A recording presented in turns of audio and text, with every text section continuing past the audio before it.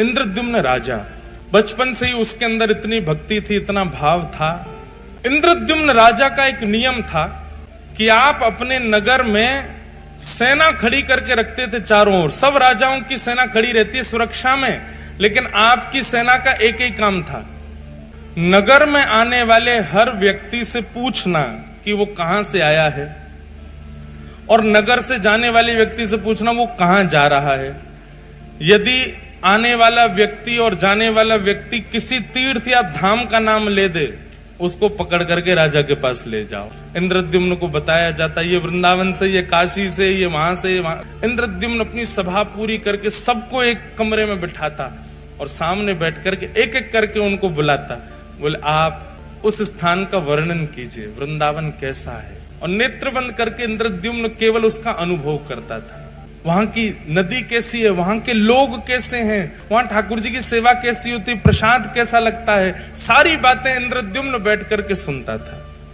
और जब वो अपनी पूरी बात कर देते तो उनको खूब सारा धन धान्य देता, उनके चरण धोता, उनके चरण दल को पीता और कहता अगली बार कभी आप तीर्थ से आओ तो मेरे लिए कुछ प्रसाद लाना। तीर्थ जाने वाले जो लोग होते थे उनको अपने पास बुलाता, कहां जाओगे, कहां रुकोगे, व्यवस्था कर देता रास्ते की, और कहता लौट के आओ तो मुझसे जरूर मिलना, बताना कैसा लगा वहां पे, मैं तो राजा हूं, कार्यकाल छोड़ के जा नहीं सकता। ऐसी उसकी भक्ति।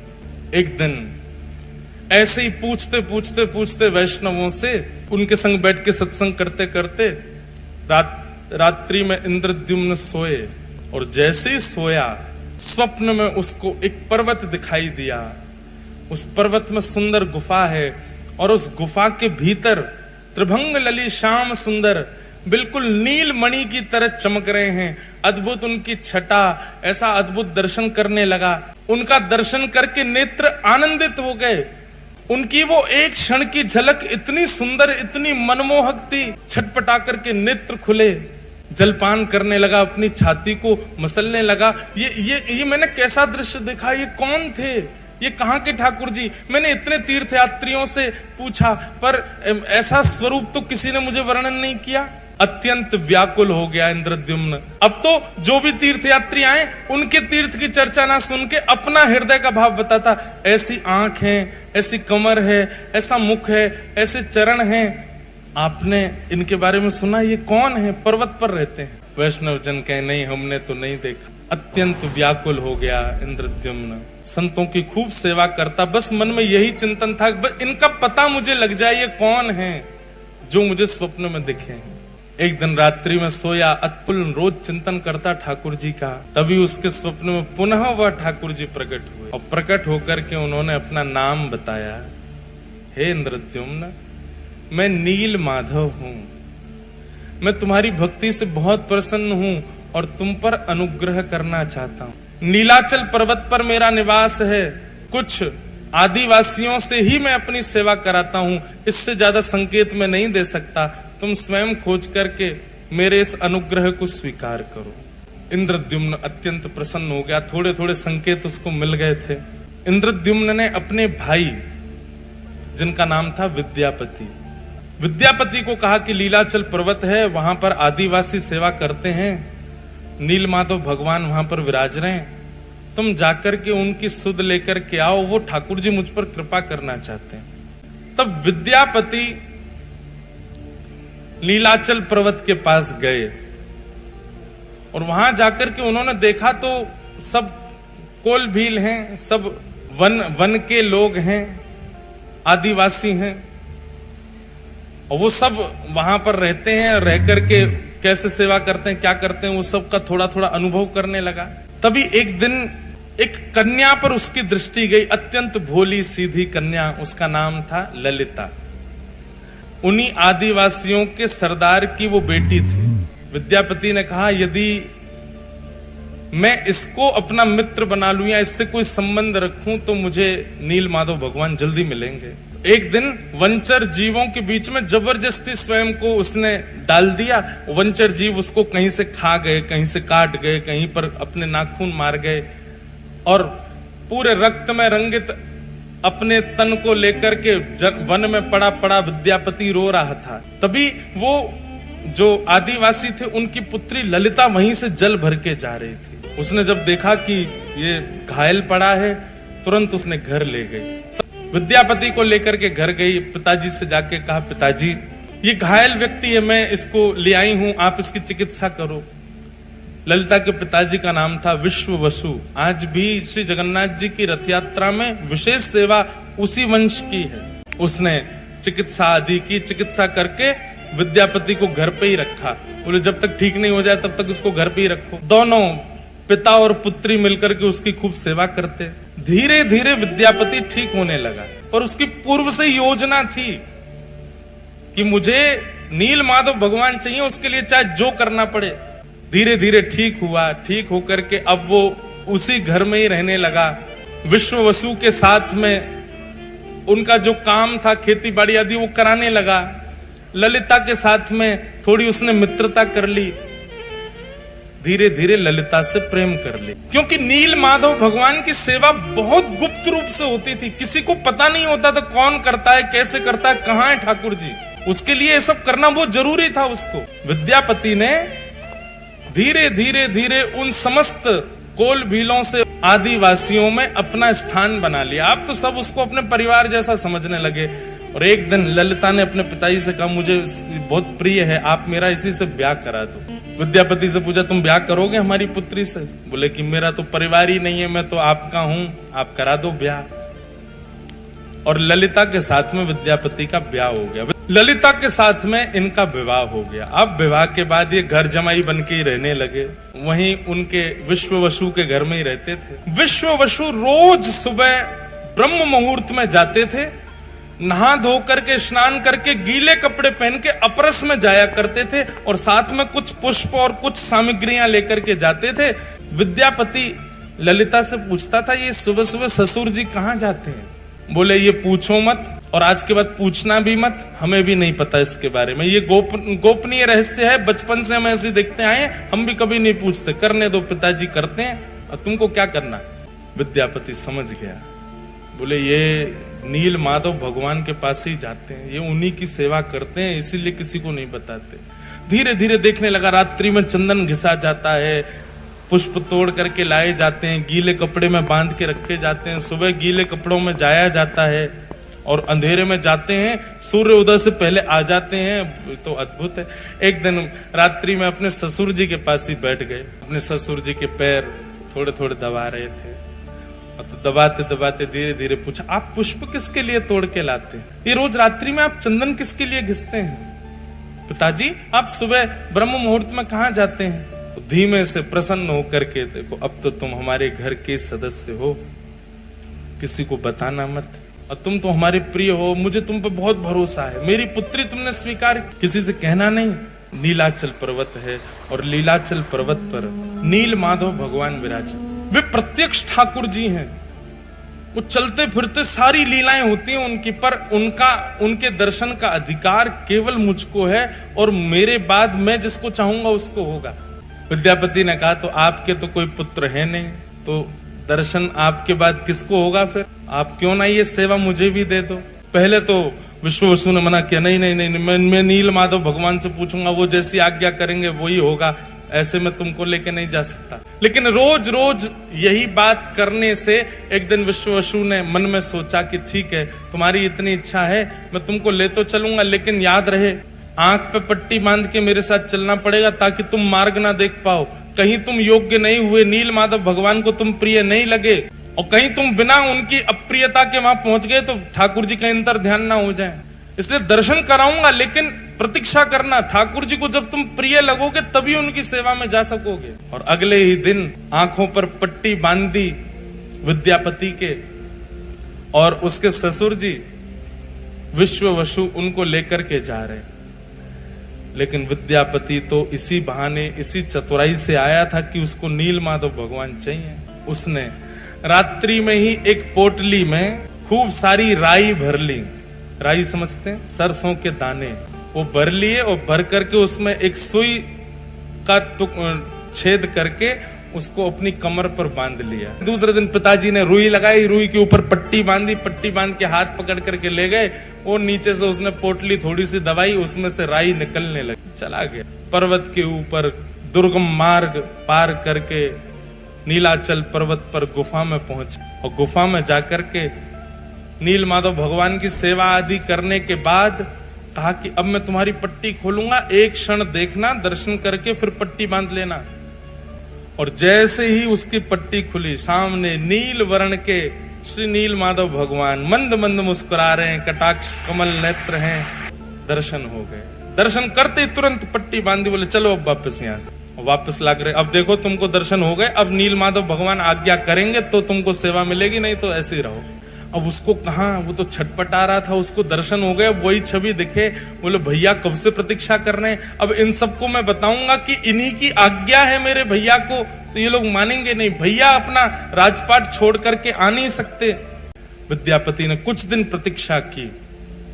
कुछ दिन प्रतीक्षा के बाद एक दिन सुबह सुबह उठ करके उसने मन में विचार किया कि अब सरसों पौधे बन गए होंगे और उसी मार्ग के पीछे पीछे जाके मैं देखूं कैसे है नील माधव। सुबह उठ करके जैसे ही तैयार हुआ, पत्नी उठ गई। पत्नी ललिता पूछने लगी, कहां जा रहे हो? बोले देवी पुष्प लेने जा रहा हूं, ठाकुर जी की सेवा करूंगा, तुम्हारे लिए गजरा बनाऊंगा। ऐसा कहकर के चला गया। ललिता बोली, आज तक तो कभी लाए नहीं गजरा, आज तक तो कभी सेवा के लिए पुष्प लाए नहीं, आज अचानक। अब वो तो सरसों के पौधे देखते देखते देखते मार्ग उसने पता कर लिया, तो उसी के पीछे पीछे ललिता उसके पीछे पीछे चल दी और वो छुप छुप करके देखती हुई जा रही है, जा कहां रहा है।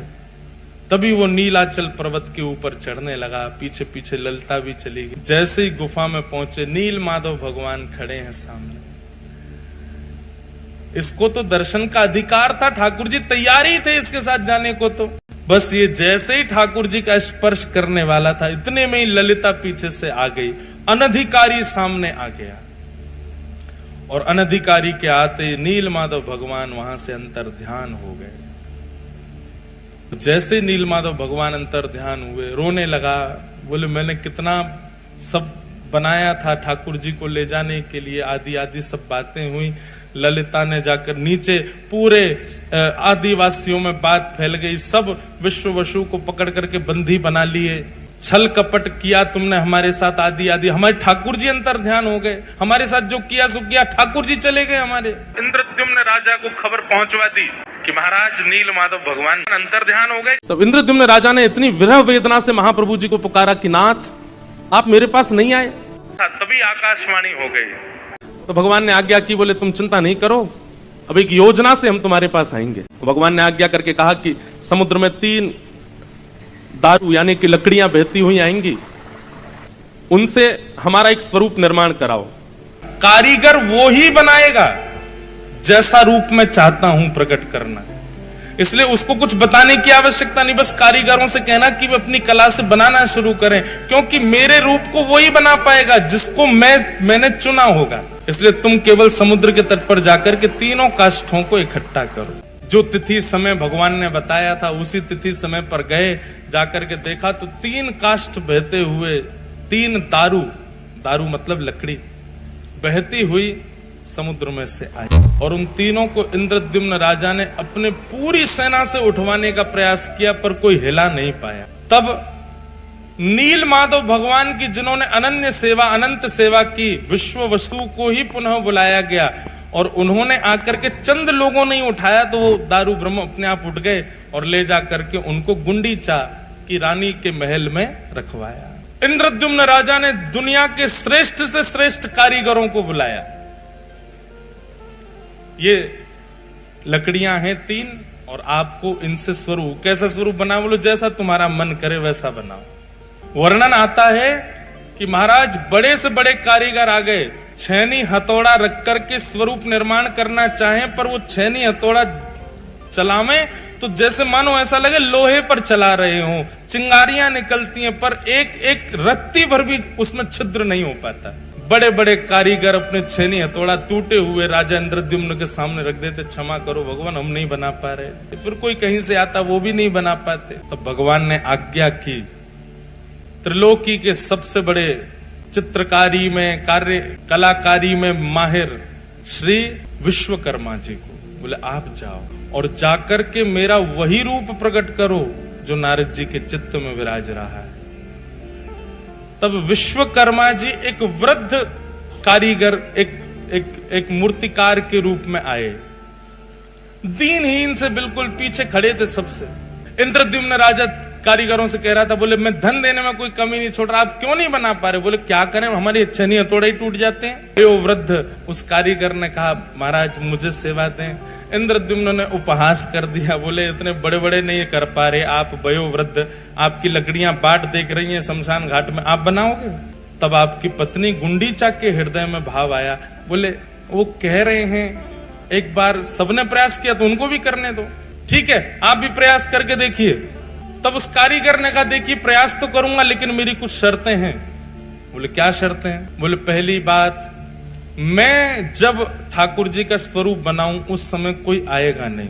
21 दिनों तक मैं और काष्ठ एकांत में रहेंगे। राजा मैंने तुमको देखा, तुम हर 5 मिनट में जा के देखते हो कुछ हुआ कि नहीं हुआ, कुछ हुआ, ऐसा नहीं।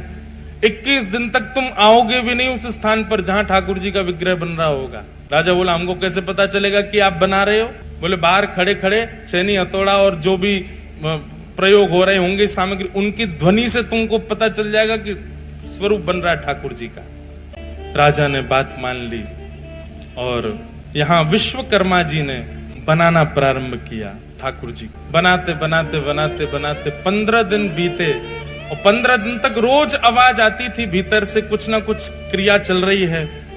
15 दिन तक इतना उतावला इंद्रद्युम्न दिन रात कान लगा के सुनता ही रहता था। हाँ ठाकुर जी बन रहे हैं, मेरे ठाकुर जी बन रहे हैं। अगर नहीं बन रहे होते तो पहले दिन ही आ जाते, छेनी हथौड़ा लेके नहीं बन रहा। इतने सारे कारीगर सब निरस्त हो गए, इनसे बन रहे हैं इसीलिए तो अभी तक चल रहा है काम भीतर लगा। बोले मेरे ठाकुर जी प्रकट होने वाले। 15 दिन व्यतीत हुए। 15 दिन बाद ही महाराज भीतर से आवाज आनी बंद हो गई। आवाज आनी जैसे ही बंद हुई, उसके चित्त में शंका उत्पन्न हुई कि बहुत वयोवृद्ध हैं, कहीं ऐसा तो नहीं बनाते बनाते पधार गए हों भीतर ही, मेरे ठाकुर जी अधूरे रह जाएं। सबने कहा, बोले उनकी शर्त है, मना किया उन्होंने। बोले तो कब तक नहीं खोलूं मैं ठाकुर जी बनी ही नहीं रहे, एक दिन पूरा प्रतीक्षा कर ली मैंने। अरे भाई ठाकुर जी कहीं अधूरे रह गए हो, वो पधार गए हो भीतर, फिर क्या होगा? अरे कोई और कारीगर आके आगे कार्य कर लेगा। किसी की ना मान करके गुंडीचा और इंद्रद्युम्न ने जैसे ही द्वार खोला, द्वार खोल करके देखा तो छेनी हथौड़ा नीचे रखे हैं। जो कारीगर थे वो वहां थे ही नहीं। और सामने जैसे ही देखा तभी क्या पाया, 3 विग्रह ही 3 रूपों में विराजमान हैं। जहां पर दाहिनी ओर में श्वेत वर्ण के श्री बलभद्र जी महाराज दोनों भुजा लेकर के, मध्य में सुभद्रा जी और वाम अंग में साक्षात नील माधव भगवान ही श्री जगन्नाथ जी। श्री जगन्नाथ महाप्रभु की। प्रथम दर्शन करते ही इंद्रद्युम्न रोने लगा। हाय नाथ, ये कैसा स्वरूप! भुजा भी नहीं बनाई पूरी, पेट भी अधूरा छोड़ दिया। मैं पहले ही मना कर रहा था कि उसको मत लाओ, वो तो वृद्ध है। अरे ये बीच में स्वरूप, इनके तो हाथ ही नहीं है, पैर ही नहीं है, ये कैसा स्वरूप बना दिया। तुरंत मूर्छा आई इंद्रद्युम्न को और मूर्छा आते ही ठाकुर जी ने पूरी द्वारिका लीला उनको दिखाई। बोले ये स्वरूप सामान्य नहीं है इंद्रद्युम्न, ये मेरा प्रेम विगलित स्वरूप। पूरे विश्व में मेरे अनेक अनेक रूप होंगे, पर ऐसा रूप एकमात्र पूरे भारत में, पूरे ब्रह्मांड में, पूरे त्रिलोक में यदि कहीं होगा तो केवल और केवल तुम्हारे पास नीलाचल पर्वत पर होगा और कहीं नहीं। पर श्री जगन्नाथ तो केवल और केवल पृथ्वी पर है और कहीं भी नहीं। और ये स्वरूप मेरा प्रेम के कारण प्रकट हुआ है इंद्रद्युम्न। अब तुम मेरा मंदिर निर्माण करा करके मेरे स्वरूप को विराजमान कराओ, विराजमान करके मेरी सेवा प्रारंभ करो। तब इंद्रद्युम्न के हृदय में जो दोष उत्पन्न हो रहा था ये कैसा स्वरूप, वो भाव, वो दोष, वो दूर हो गया। पूरे जगन्नाथपुरी में सब मनने लगा। इंद्रद्युम्न ने भव्य मंदिर का निर्माण कराया और भव्य मंदिर में जाकर के महाप्रभु श्री जगन्नाथ विराजमान हुए। इंद्रद्युम्न राजा ने अपनी राज पदवी का त्याग करने के बाद अपना संपूर्ण जो खजाना उसका था वो सब भगवान की सेवा में अर्पित कर दिया। गुंडीचा, उसकी भावना थी कि पति ने तो मांग लिया कि मेरे वंश में कोई कहने वाला प्रकट ना हो कि ये मंदिर हमारे पिताजी ने बनाया था। गुंडीचा ने कहा मेरे चित्त में तो वात्सल्य है, मेरे चित्त में तो बालक का प्रेम है, वो मैं कहां अर्पित करूं। तब महाप्रभु जगन्नाथ जी ने वचन दिया, तुम्हारी पति की मनोकामना पूरी होगी कि वंश आगे नहीं बढ़ेगा, और तुम्हारी मनोकामना पूरी होगी कि तुम्हारे पुत्र रूप में मैं ही रहूंगा। और मां, मैं आपको वचन देता हूं, मैं जगत का कल्याण करने के लिए यहां पर आया हूं, इसलिए साल भर तो मैं सबको दर्शन दूंगा, पर साल में 7 दिन के लिए रथ पर आरूढ़ होकर के मैं नित्य गुंडीचा आया करूं।